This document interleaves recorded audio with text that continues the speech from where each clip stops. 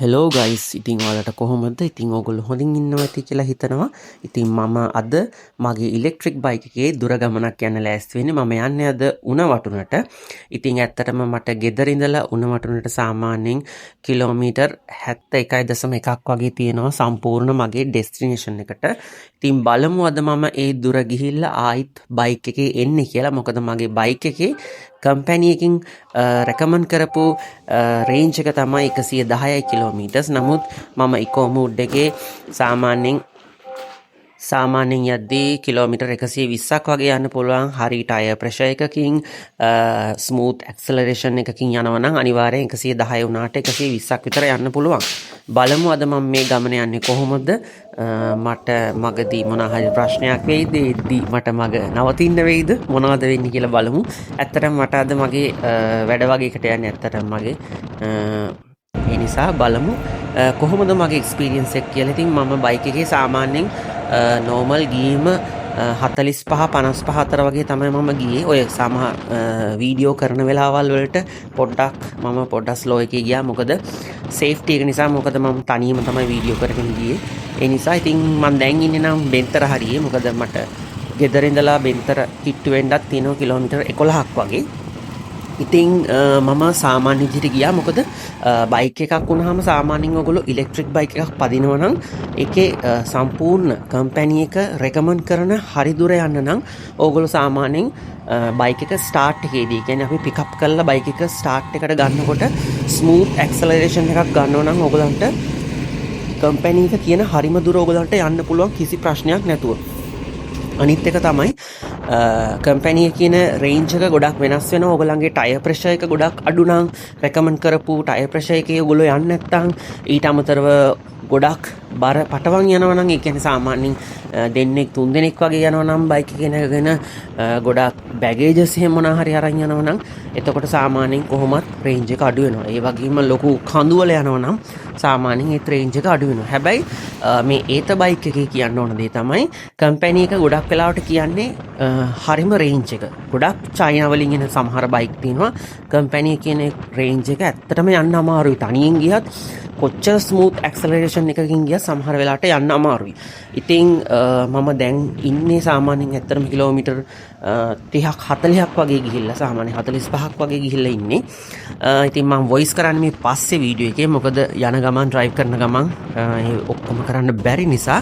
ඉතින් තව දෙයක් කියන්න ඕන මේ බයික් එකේ මේ මැප් එක නම් ඇත්තටම මාරම වටිනවා. මොකද ගොඩක් එහාට මෙහාට යන කට්ටියට ට්‍රැවල් කරන කට්ටියට නිතර තමන්ගේ රාජකාරි මට්ටමින් මොනවා හරි ගමන් යන කට්ටියට කොහොම වුණත් මැප් එකක් කියන එක අද කාලේ මාර විදිහට වටිනවා. මොකද අපි අලුත් තැන් වලට යනවා, අලුත් ඩෙස්ටිනේෂන් වලට යනවා, අලුත් shops හොයාගෙන යනවා, shopping කරන්න යනකොට අපිට මාර විදිහට මේ මැප් එක කියන එක වටිනවා. ඉතින් වෙනම ෆෝන් හෝල්ඩර්ස් ගහ ගන්න ඕනේ නැහැ. ෆෝන් එක අතේ තියාගෙන බල යන්න අවශ්‍ය නැහැ. මොකද මම ඉස්සර ගියේ මෙහෙම. ගොඩක් වෙලාවට එක අතකින් ෆෝන් එක අරගෙන ගියේ. මොකද ෆෝන් හෝල්ඩර්ස් උනත් ගොඩක් කල් පාවිච්චි කරන්න බැරි නිසා. ඉතින් මම දැන් ඇත්තටම ඉන්නේ ගාල්ලට ගොඩක් කිට්ටු කරලා. ඉතින් බලමු කොහොමද මගේ අද ගමන කියලා. මේ ඇත්තටම කිලෝමීටර් 71ක් ගියාට පස්සෙත් සාමාන්‍යයෙන් මගේ බැටරි එකේ භාගයක් විතර තිබුණා. يعني තව කිලෝමීටර් 55ක් 60ක් වගේ යන්න සාමාන්‍යයෙන් ප්‍රමාණයක් තිබුණා. බලමු මම අද මොකද්ද කරන්න කියලා මේ බයික් එකේ ඉන්න කලින් charge කරනවද මොකද්ද කරන්න කියලා බලමු. දැන් මගේ ඩෙස්ටිනේෂන් එකට ගොඩක් ලං වෙලා ඉන්නේ. ඇත්තටම මම දැන් ඉන්නේ උණ වටුනේ පොඩ්ඩක් ඇතුළට යන්න ඕන. මම සර්ෆ් ස්ප්‍රිට් කියන ජංගල් විලායකට යන්නේ මගේ ඇත්තටම වැඩ වගේකට. ඉතින් මම දැන් ඉන්නේ විලායක ඇතුලේ. ඇත්තටම මම එතනදී ගාඩ් රූම් එකෙන් අහලා මම බයික් එක charge එකට දැම්මා. මගේ වැඩ ටික කරගන්න නිසා මම මේ ඉන්නේ දැන් හොටෙල් එක ඇතුලේ විලායක ඇතුලේ. ඉතින් මගේ වැඩ ටිකත් ඉවර කරලා මම ඇත්තටම යද්දි පැය දෙකමාරක් වගේ මම ඇතුලේ වැඩ ටික කරගත්තට පස්සේ ඔයගොල්ලන්ට පේනවා ඇති බැටරි එක 90%කට වැඩියෙන් charge වෙලා තියෙනවා. 92ක් වගේ සාමාන්‍යයෙන් charge වෙලා තිනවා. ඉතින් මට හොඳටම ප්‍රමාණවත්. මොකද මට කිසිම රස්ති හදුවක් උන්නේ නැහැ. ඉතින් මම මේ මගේ අත්දැකීම ඔයගලන්ට ගෙනාවේ වෙන ලොකු හේතුවක් නෙවෙයි. ඇත්තටම ඉලෙක්ට්‍රික් බයික් එකකින් සාමාන්‍යයෙන් අපි දැනට අරගෙන තියෙනවා නම් ඇත්තටම අපේ වෙලාව ඉතුරු කරගෙන අපේ වැඩ ටික මැනේජ් කරගෙන කොහොමද අපි දුර ගමනක් යන්නේ කියන එක තමයි මට ඇත්තටම මේ වීඩියෝ එක තුලින් ඔයගලන්ට ගේන්න උවමනා වුනේ.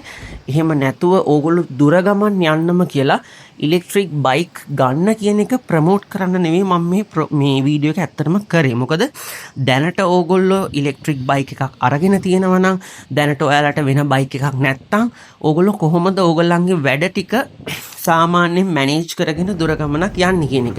ඉතින් දැන් ගොඩාක් කට්ටිය ඉලෙක්ට්‍රික් බයික් යූස් කරනවා. හැමෝම දන්නවා මේවා ඉලෙක්ට්‍රික් බයික් කියලා. ඉතින් මේවා charge කරන්න ඕනේ කියලා දන්නවා. ඉතින් charge කරන්න දැන් ඇත්තටම පුළුවන්.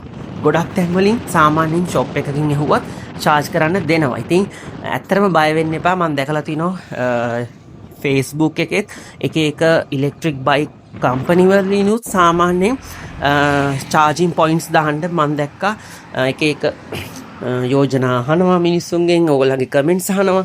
ඉතින් අපිට පුළුවන් නම් ඉලෙක්ට්‍රික් බයික් හැම කම්පැනි එකකටම පුළුවන් නම් සාමාන්‍යයෙන් charging point එකක්, يعني අඩුම ගානේ සාමාන්‍යයෙන් බයික් විකුණන ෂෝරූම් එකකින්වත් දෙන්න පුළුවන් නම් මිනිසුන්ට charge කරගන්න යම්කිසි මුදලක් දීලා ඇත්තටම අපි හැමෝටම දුර ගමන් යන්න පුළුවන්. ඉතින් මං ඇත්තටම දැන් ගෙදර ඇවිල්ලා ඉන්නේ. ඔයගලන්ට පේනවා ඇති මගේ බැටරි තව 140 ගානක් විතර ඉතුරු වෙලා තියෙනවා. ඉතින් මං ඔය මේ දිගටම මං කියාගෙන ආවේ ඇත්තටම ඉලෙක්ට්‍රික් බයික් එකක් දැනට තියෙන කෙනෙක්ට කොහොමද තමන්ගේ වැඩ ටික මැනේජ් කරගෙන යන්නේ කියන එක. ඉතින් මං ගෙදර ඇවිල්ලා ඔයගලන්ට පේන්නේ නැති මම යතුරු ගත්ත බයික් එකේ ලයිට් එක ඔන් එකේ තියෙනවා. දැන් තමයි ඕෆ් වුනේ. මොකද මේකේ තියෙනවර මේ බයික් එකේ යතුරු ඕෆ් කරා වුණා ටික වෙලාවක් අපේ හෙඩ්ලයිට් එක ඔන් එකේ තියෙනවා. මොකද අපිට ගයිඩ් එකක් දෙනවා අපිට ගෙදරට යන්න.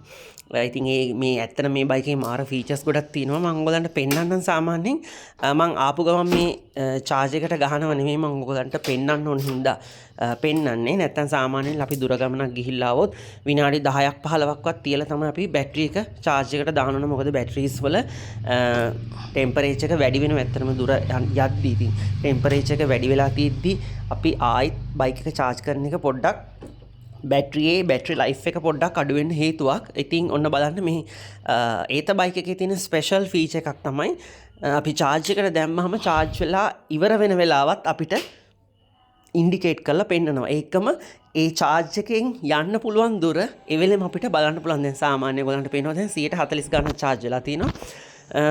කිලෝමීටර් 45ක් වගේ යන්න බැටරිස් තියෙනවා. ඔයගලන්ට පේනවා කිලෝමීටර් 58ක් යන්න charge වෙනවා 8:17 වෙද්දී. සාමාන්‍යයෙන් කිලෝමීටර් බයික් එක 80ක් charge වෙන 9:16 වෙනකන් වෙලාව යනකොට චුට්ටක් එහාට මෙහාට වෙනවා. පොඩ්ඩක් වගේ වැඩි වෙනවා. ඉතින් ඔයගොල්ලෝ මොකක්ද හිතන්නේ අද වීඩියෝ එක ගැන? ඇත්තටම ඔයගොල්ලන්ගේ බයික් එකක් තියෙනවා නම් බය වෙන්න එපා දුර ගමන් යන්න. ඔයගොල්ලන්ට ටයිම් එක තියෙනවා නම් ඔයගොල්ලන්ගේ වැඩ ටික හරියට මැනේජ් කරගන්න පුළුවන් නම් ඔයගොල්ලන්ට ඉතාමත් අඩු මුදලකින් දුර ගමනක් ගිහිල්ලා ඔයගොල්ලන්ගේ වැඩ ටික කරගෙන එන්න පුළුවන්.